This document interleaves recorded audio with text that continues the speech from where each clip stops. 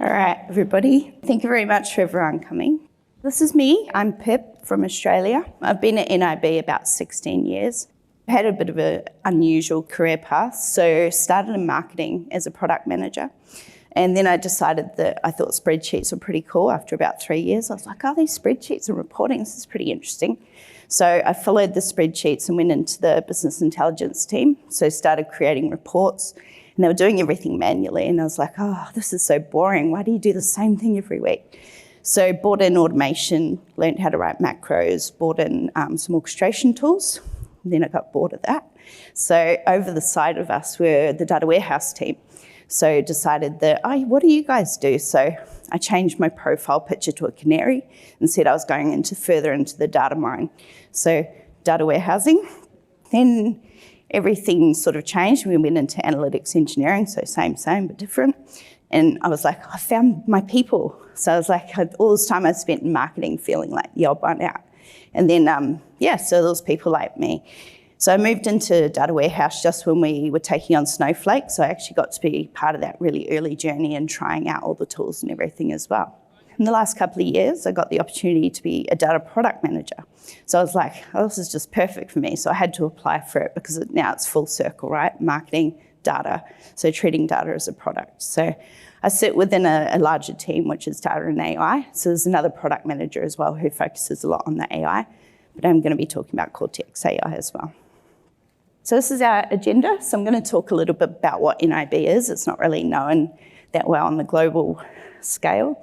What the opportunity was to use AI, the rapid prototyping that we did with Cortex AI, what results we got, and then I've got a little piece at the end just about some things we've been doing with Cortex Analyst as well. So this is NIB. It's a very busy slide, but we've got many sort of parts of our business. So we have white labeling and things as well. We're a leading health insurer that supports 1.9 million people across Australia and New Zealand. We've got over 2 million sort of group relationships. We're the 4th largest private health insurer in Australia and the 2nd largest in New Zealand. So we've got an office over in New Zealand as well, which if anyone can pick up on my accent is actually where I'm originally from. So I just need to say chili bin and things like that too, right? Fellow Kiwi. So I do want to celebrate that last year we were the data driver of the year for our region, Australia and New Zealand. So this was a handful of our team who went to the event. And we're very proud of our trophy there. So we've been on Snowflake since 2018. So I did check, and that's about 7 years. So we were looking at options for migrating off our on-prem tools and moving to the cloud. So one of our first sort of proof of concepts we had originally in our old system, it took about 8 hours to run. And so that's like a whole day before you actually get the results. If anything goes wrong and you've got to run it, another 8 hours. It's a long time to wait. So this was the one that we picked for our first sort of proof of concept. And when we moved on to Snowflake, it was half an hour. So we were just like, oh, this is more awesome. Like, this is cool. So we were super keen to jump in. And so we've actually migrated everything off our old data prem just recently. So just this year, we've moved off our old tools fully on Snowflake. Super exciting. So now we've got AI that's come into the picture as well. I'll talk quickly about our tech stack. So we have lots of unstructured data, structured data. We've got multiple source systems because we've got a lot of different sort of business lines. We have a lot of different applications and tools. So we have all sorts of different ingestion patterns that we use to bring that data onto our platform. Snowflake is our data warehouse platform. We use dbt, so we land it in and then we transform. So we use dbt core for that process. And we've also got some integrated automated security features using Snowflake, Immuta, and Amazon tools as well. On the other side there, our data discovery tool is Select Star, and we use Tableau for our reporting. We've kind of built the platform in a way that we want people to come and use it in the business. We don't just want it to be us and sort of holding, so about democratizing. And so in the office the other week, weirdly, I was excited because I saw a whole bunch of people sitting around one of those big screens looking at Snowflake. And I'm like, what are they doing? And I hear them talking about, I don't know what this number's doing in this metric, and is it right? And I was like, oh, I'm so excited. There's like non-traditional data people getting into what they were doing, which was pretty cool. And so that's because of the platform that we've set up. And we've got lots of documentation about how to go to set up and follow best practice. Right, why are we here? So hopefully you are in the right room. You've chosen the right spot. So I'm hoping to give you some ideas of things that you could use Cortex for. So there's a lot of AI around the place, and it's always hard to figure out, like, have lots of ideas, but how do you actually do something with it? So AI is everywhere, whether we realise or not. It's been around for a while with our phones and Netflix and all those types of things. But how can we actually use it in our business? So a conference I went to last year, it really resonated with me. They were talking about the different industrial revolutions. And so the first industrial revolutions was mechanisation. And so that's changes in the manufacturing processes. The early automation tools improved the manual tasks. So I've read a bit about people calling this the AI revolution or the fourth industrial revolution, because the tools that we're working on are here to assist us in what we're doing. So it's to help us work in a more efficient way and utilise ourselves for those sort of creative and problem-solving types of tasks. So with history in mind, you can sort of look back, because there's a lot of sort of fear and panic, but I'm kind of excited about these opportunities and the ways that, like, I would love to spend more of my time doing the problem solving and then get AI to dish out all the tickets and things like that. So one example where I've wanted to use AI is recently I was doing my family tree. I went to this small town in Australia, it's like 2,000 people, and someone was like, my last name is really unusual. And they were like, we had someone who lived in our town with that name. I'm like, okay. But I didn't want to have to trace all the different lines in my family tree to find it. And I was like, is there an AI agent where I can just go, find Sidaway, who lived in this little town, and just go and find it for me? But I never got around. I started having a look, and then I just was like, oh, it's too hard. But I'm hopefully going to find an AI agent to do that for me. Right, Cortex AI. So this is a brand new diagram of Cortex AI. It was different to the one that I had previously, which I thought was quite funny. So it's pretty cool, like everything's changing so quickly. Like even some of the things I'm talking here at the keynote has changed already, but we'll see how we go. The first part of my talk is focusing on the models. So we're looking at the fine-tuning APIs over there, and so the different models that we were using. The good thing about Cortex for us is it's providing the guardrails so that you know that it's within the secure environment. And it's also where your data already is. So we've already got our data on the platform, and we don't have to ship the data out and ship it back in again after we've done things to it. So that was one of the things that was interesting to us. And you're also not having to host the large language model infrastructure, and it just works. So data quality. So being a data product manager, I've got to have a slide about the data, right? So garbage in, garbage out. The idea here is that any data quality issues or missing context can affect your outputs. So AI is not magic, but you do have to have some amount of context. I am hoping that as time goes on, that using sort of our tools that can look end to end and get the source, it'll get some more of that context, but at the moment it seems that we have to be a bit prescriptive on that. So some examples of things that if you didn't have context, so things I've seen is like date. If you have a field called date, how many people have a field called date in their data set, right? Yeah. What date is it? Is it a birth date? Is it, who knows? And ID is another favourite one as well. The amount of columns that I've seen that just have ID. ID of what? So yeah, hoping that, we're working on getting better at naming as well, but yeah, having that context, and you have to sort of say a bit more information about it in your descriptions. So what was this opportunity that came up? So what's better in IT than a good old-fashioned systems integration and migration? Isn't that our favourite, trying to smush everything over? So we'd done some mergers and acquisitions, and we had a project that was happening to consolidate all of this data from all these different systems into one. So it was a rapidly growing area, and we wanted to sort of see how much automation that we could use to get all this different type of data in.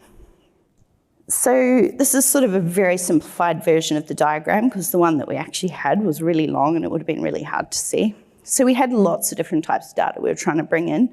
So both unstructured, structured, we had emails, we had documents, and we were trying to like consolidate it in. So we had a bunch of data quality checks. If things didn't pass through a certain thing, it would go back around and check again. And we were mapping all the incoming fields to the system fields. With our final step into our single application, there was an API that we had to push the data through to get into there. So yeah, it depended on, these companies had all different setups, different CRMs, different types of tools, and some of the data people's favorite, lots of free text fields. It's like, oh my gosh.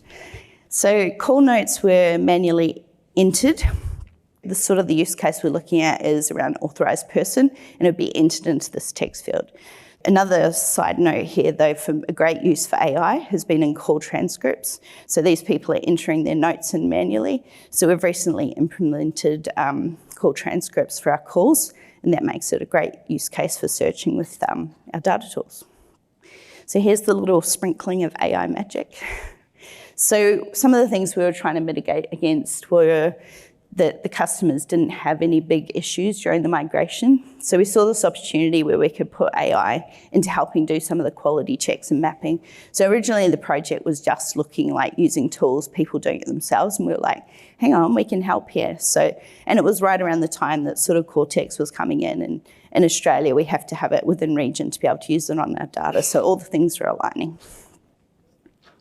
So a couple of specific examples I'll talk about is we had some emails. So every day we'd receive about 20 to 30,000 emails. And so we wanted to see if we could identify the high priority emails as well as classify it based on its content. So we wanted to also, we get a lot of follow-up emails. So we were seeing people who go, have you got my email? Or have you done something? So the emails where you get a follow-up, but you don't actually get any additional information. So we wanted to collapse that into a single thread as well so that we could reduce the handling time and duplication of work, because if you have to open multiple emails and they're not really doing, that's time wasted. So the other thing with the volume was we wanted to tag emails to kind of categorize it so it was going to the best people to help them. Yeah. So for the data use case, we had 16,000 free text fields. So within these ones, we're trying to find if we've got any information about the authority to operate people for the customer. So a similar idea in banking, and I think a lot of other things where you need a person who's able to do things on the policy. Why was this a good project for AI? So there've been some identified risks. So in moving a lot of data into a system, there's obviously risks of data quality. And if the data wasn't migrated correctly or as we expected. The key outcomes that we were looking for was to ensure that customers had a good experience on their side. We didn't really want them to notice that we'd moved everything. And being able to set up some monitoring, so post-migration as well, so that we could just keep track of what was happening.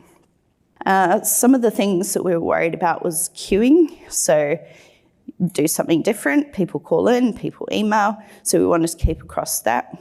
An interesting point, this is kind of a bit of a spoiler, but I'm not talking about it later. So because we were monitoring all the calls that were coming in and the emails, we were actually able to do proactive communications really early on in the piece. So we actually saw some trends coming through, and so we were able to update the website with some extra information to try and help stop those calls and things coming through. So rather than waiting on a subjective opinion from someone on the front line, we had that data available to us straight away. And of course, we've got our regulator at the end. So we're highly governed. And so we have sort of certain service level agreements that we've got to abide by. And so we were working with the regulator as well about this project, and we just had to make sure that we were getting to people at the right times. So have anyone heard this from any of their people? So that idea is so fantastic, just stop talking about it and do it. So I did say to my manager before I came, I could have just put his name on this, because he's always like, it sounds great, just go and do it. And it's like, I wish it was that simple. So we have heard, and this was what I was saying earlier, we hear people talking about AI a lot. So it's just finding those things that you can actually build in AI to do. So recently I did get some great advice, and it was about if you work through an idea that you would manually do and map out the steps for doing that, then you can start working through replacing those steps with AI. Because I always have so many ideas, and it's like when I actually stop and thinking about it, it's a lot harder to figure out what the steps are. So begins the rapid prototyping. So the business wants more AI. We've got our key project. We now have Cortex, so we've got our data and models in the same place. And we have some test data available. So when you search for rapid prototyping, you get a lot of 3D printing images. And I'm slightly obsessed with 3D printing, so if you want to talk about 3D printing afterwards, happy to. Tell you all about the printer I've got. My kids are always asking for new things for their dolls' houses. Can you print me a bed? Can you print me a bookcase? All right. So this wasn't NIB's first rodeo with AI, so we had been working on things previously, but this time we didn't need to move that data out and back in again. We're able to do everything on the same platform. So AI helped democratize the use of AI in the same way, so it means that it's available for a lot more people, plus we could use SQL or Python. So this is our first prototype. So we had our email data, and we had different inboxes set up, but if you're like me, you just search for the company, and as long as it says no reply, you just send it. So emails didn't always go to the right inbox. You have your admin and sales and things like that. So could we identify when customers did this follow-up email but didn't add any additional information? So I just said before, like, how's my claim going? Did you get my email? All those sorts of ones. So we wanted to collapse this into a single email. And the second component was about tagging all the emails with what they were about. So this is the prompt. So have all of you seen the AI prompts now? Have you written one? Anybody? A few nods, yeah? This is the prompt that we started with. So this is before all the changes, but we were picking out different models to use. So some differences in the models, the small models, the ones with the smaller numbers, for categorization. So they're good with simple one-word, two-word answers, and you get a faster response. And the larger ones are more intelligent, but there might be more than what you really need. So Mistral versus Llama are different vendors. The 8B up the top is 8 billion parameters, and then the 70B is 70 billion parameters. So it kind of gives you a bit of scale about how different they are. So we ended up trying out different models just to see the sort of responses we got. So we did find that the smaller models didn't really provide a consistent output, and so we ended up using the 70 billion model, and it was still within our cost for our project. So some interesting things just to point out here, and I'll just see if I can, my mouse has disappeared. I've got a cool little pointer that I can use. So up here we've got the Cortex complete. So that part there is the prompt, and it's like ChatGPT. So that's the complete this question that I'm asking you for. And then you define your role here. So the system just means that we want you to give us an answer. The content value is just related to whatever role that you've picked.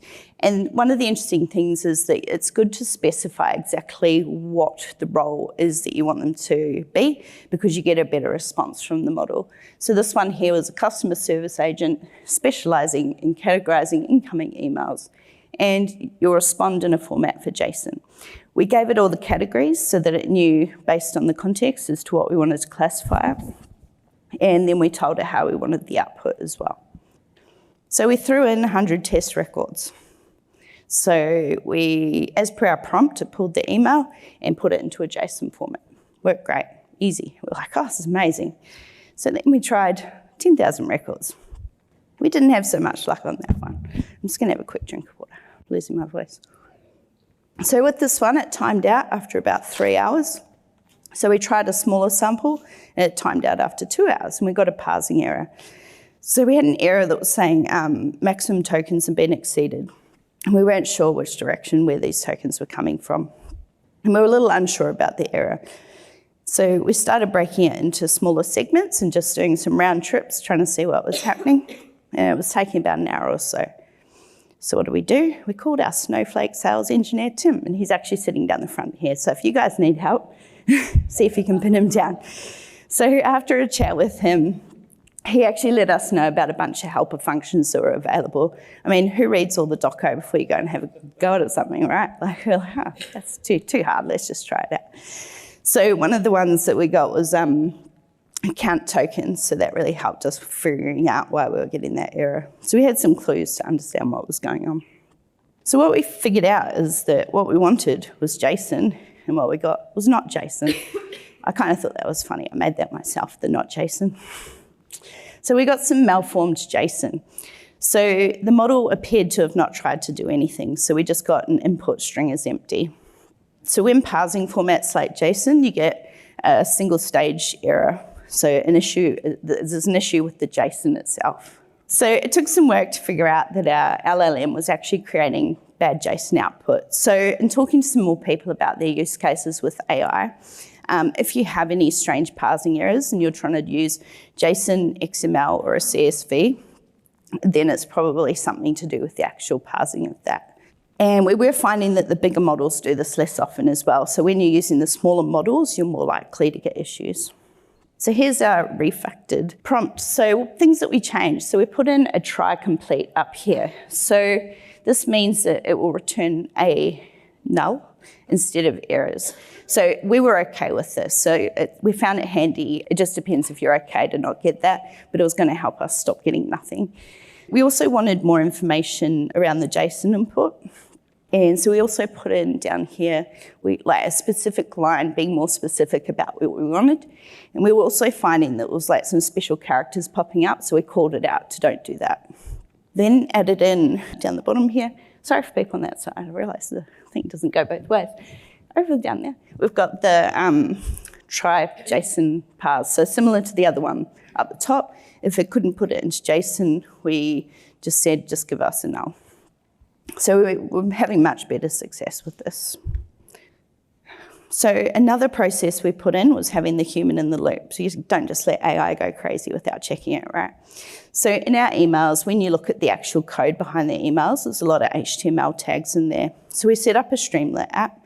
So it enabled us to actually look at what the email was, crikey, and be able to see if the tag that was applied to it was correct. So it enabled like some good QA, and it was a lot quicker than trying to read through things. We also had a component which was doing straight through processing, so we'd get sent in documents, and we would be able to check that as well. So moving on to the data migration process, so we had a few test cases here to try. One was validating bank details. So we would get an invoice in and we'd check the bank details we had in our system versus the invoice, and bank accounts are fairly standard, so that was quite an easy one. The other use case, which I'm going to go into more detail on, is the authority to operate. So this is around the free text fields in the call notes, which if you can imagine someone trying to do, they're having to like read that information, find that, copy and paste it to a new system. So this was like a job for AI, right?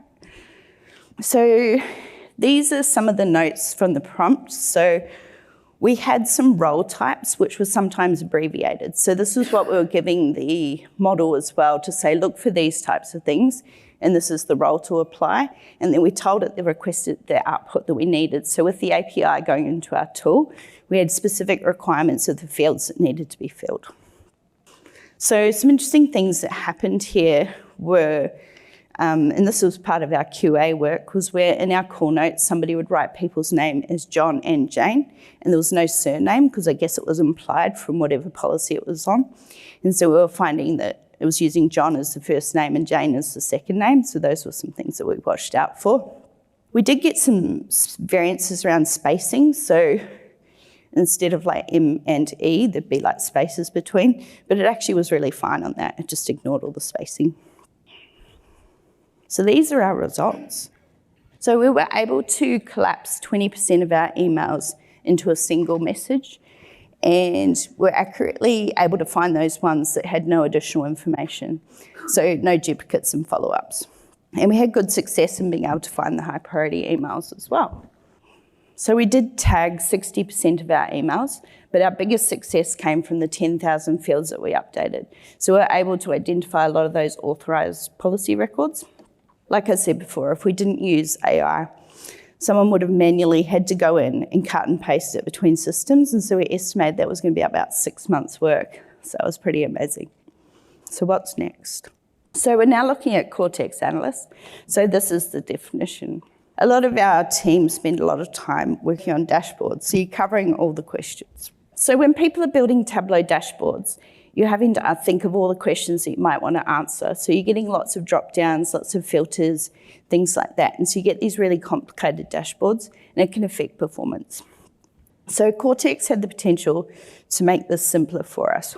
Instead of having to make these complex dashboards, we wanted to get an LLM over the top that we could ask questions, and hopefully it would speed up that time.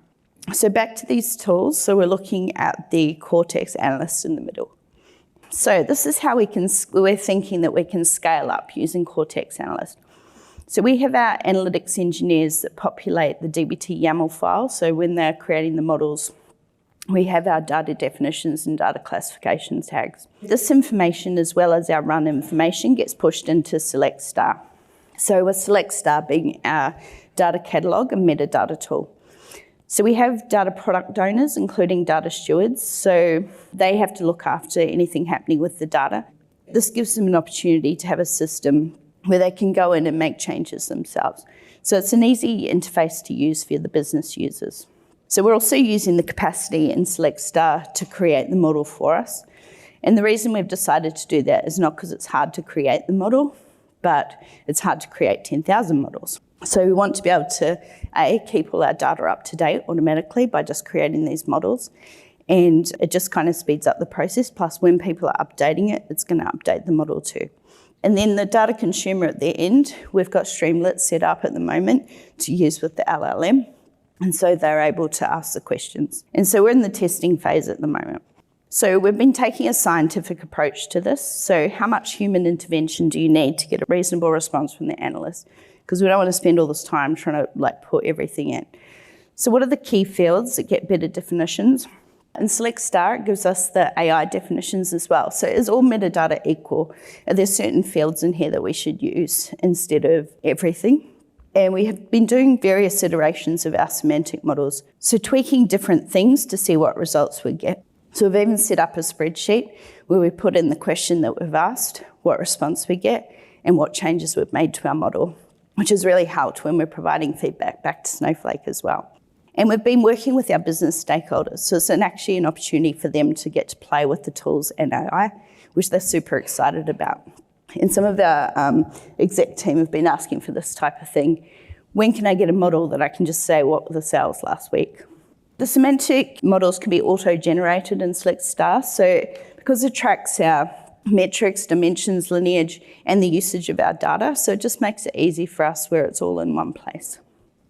So this is a more detailed example than our previous one. Like I said before, in our YAML file, we have our tags, definitions, and our models get created in Snowflake, and that feeds into Select Star.